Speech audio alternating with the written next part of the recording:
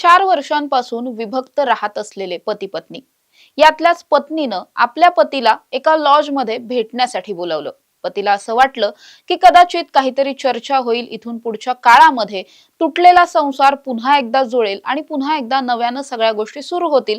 अशा अपेक्षेवरती पत्नीवर विश्वास ठेवून हा पती सुद्धा या हॉटेलमध्ये लॉजमध्ये दाखल होतो.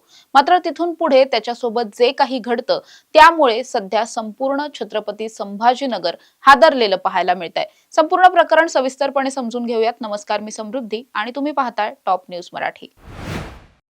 संपूर्ण घटना 20 जुलै रोजीची आहे. 20 जुलैला जाबीर शेख नावाचा श्रीरामपूरमध्ये राहणारा एक तरुण, म्हणजे अहिल्यानगरच्या श्रीरामपूरचा तो मूळचा होता. तर त्याची जी पत्नी आहे शब्बो उर्फ शबाना शेख, ही मूळचीच छत्रपती संभाजीनगरची आहे आणि 4 वर्षांपासून हे दोघेही वेगळे राहत असल्यामुळे हे दोघेही आपापल्या शहरांमध्ये राहत होते. या दोघांचा विवाह 15 वर्षांपूर्वीच झाला होता. मात्र गेल्या 4-5 वर्षांपूर्वी त्या दोघांमध्ये सततचे खटके उडायचे, सतत कौटुंबिक वाद होत असायचे. त्यामुळे या दोघांनी सुद्धा वेगळं राहण्याचा निर्णय घेतलेला होता. मात्र या दोघांमध्ये सुद्धा अधिकृतरित्या घटस्फोट झाल्याची कुठलीही माहिती अजून तरी समोर आलेली नाही. आता घडलंय असं की छत्रपती संभाजीनगरमध्ये राहणाऱ्या या शबानानं हॉटेल वेलकम नावाच्या एका हॉटेलमध्ये आपल्या पतीला भेटण्यासाठी बोलवलं आणि तिने बोलवतानाच असं सांगितलेलं होतं की काहीतरी बोलायचंय, थोडीशी चर्चा करायची आहे, तर तुम्ही या हॉटेलमध्ये या. असं म्हटल्याच्या नंतर पत्नीवरती विश्वास ठेवून जाबीर शेख हा त्या हॉटेलमध्ये दाखल झाला. तो 20 जुलैला सकाळी निघालेला होता घरातून लवकर आणि त्यानंतर छत्रपती संभाजीनगरला पोहोचला. तिथे गेल्याच्या नंतर या हॉटेलमध्ये त्यानं पहिल्यांदा पत्नीची भेट घेतली. त्यानंतर हे दोघे सुद्धा कॉरिडॉर मधून चालत चालत हॉटेलच्या एका रूम मध्ये दाखल होतात.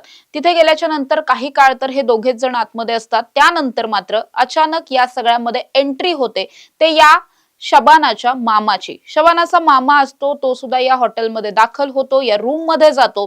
काही काळ तो सुद्धा या रूम मध्येच थांबतो आणि त्यानंतर पुढच्या 2-3 तासांनंतर शबाना आणि तिचा मामा हे दोघेच जण रूमच्या बाहेर येताना पाहायला मिळतात. मात्र जाबीर हा अजूनही रूम मध्येच असतो. याविषयी कुणाला कुठलीही माहिती नसते. हॉटेलच्या प्रशासनाला किंवा तिथे काम करणाऱ्या मॅनेजमेंटला सुद्धा याविषयीची फारशी माहिती नसते. दरम्यान असं सगळं घडतं की इकडे जाबीरच्या घरचे मात्र दुसऱ्या दिवशी म्हणजे 21 तारखेपर्यंत तो घरीही परतत नाही, त्याचा फोनही लागत नसतो. त्यामुळे ते सगळे टेन्शन मध्ये असतात.